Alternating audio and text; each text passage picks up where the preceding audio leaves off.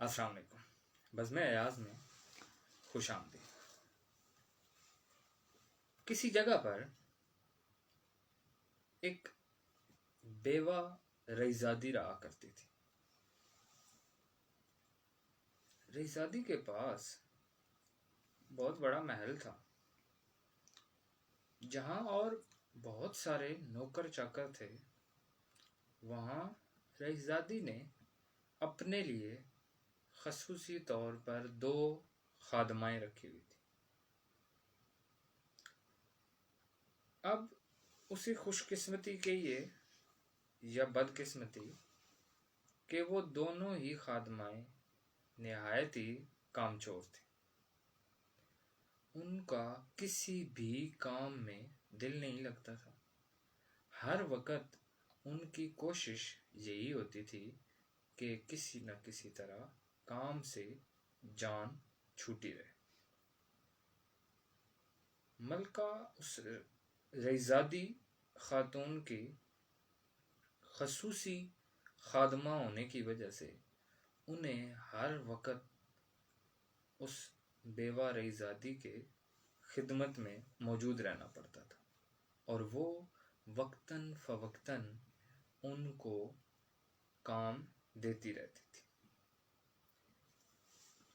جہاں اور بہت ساری ذمہ داریاں تھیں، وہیں پر ان خادموں کی ذمہ داری میں ایک یہ بھی شامل تھا کہ وہ جب منہ اندھیرے مرغ اذان دیا کرتا تو وہ مرغ کی اذان پر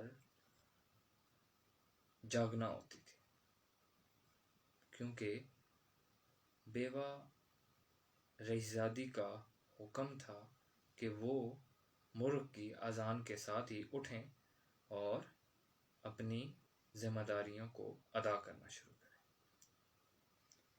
روزانہ جیسے ہی مرغ اذان دیا کرتا، ان دونوں نوکرانیوں کو اٹھنا پڑتا اور گھر کے جو ضروری کام کاج ہوتے تھے انہیں وہ سر انجام دینے پڑتے تھے۔ دونوں کامچور نوکرانیوں کو مرغ سے خصوصی بیر تھا، کیونکہ حقیقی معنوں میں وہ مرغ ان کے آرام کا دشمن تھا۔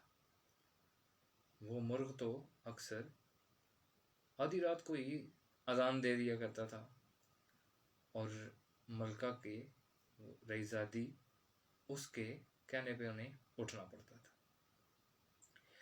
دونوں کامچور نوکرانیوں نے آپس میں مشورہ کر کے فیصلہ کیا کہ کیوں نہ اس مرغ سے جان چھڑائی جائے، کیونکہ جب یہ مرغ ہی نہیں ہوگا تو اذان نہیں ہوگی۔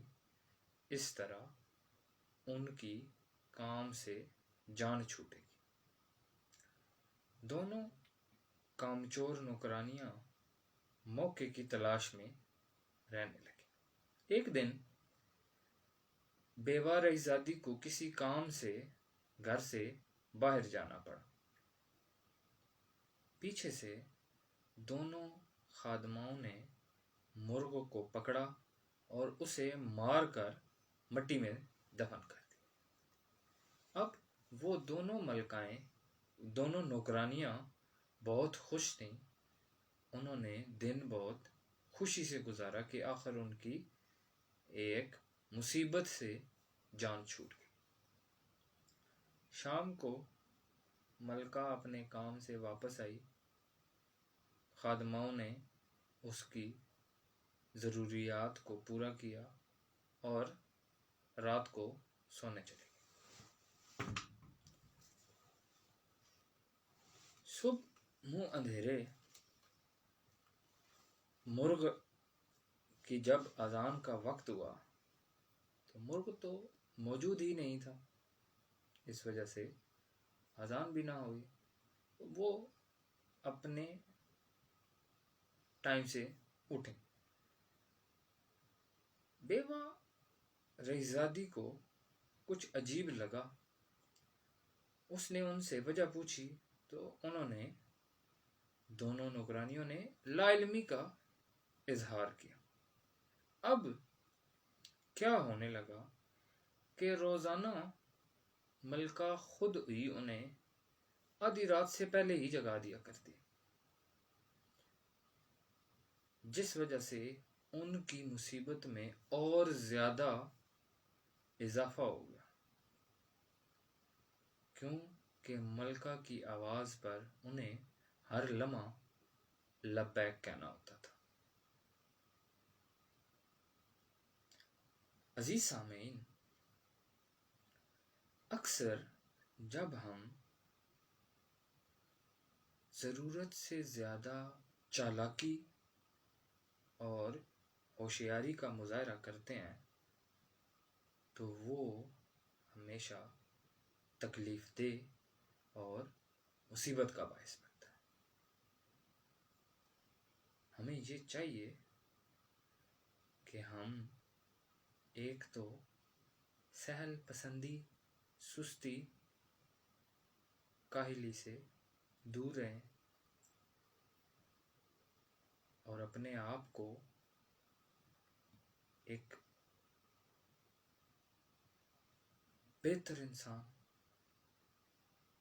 ایک اچھا انسان بنانے کی کوشش کریں۔ آپ کی سماعتوں کا بہت بہت شکریہ۔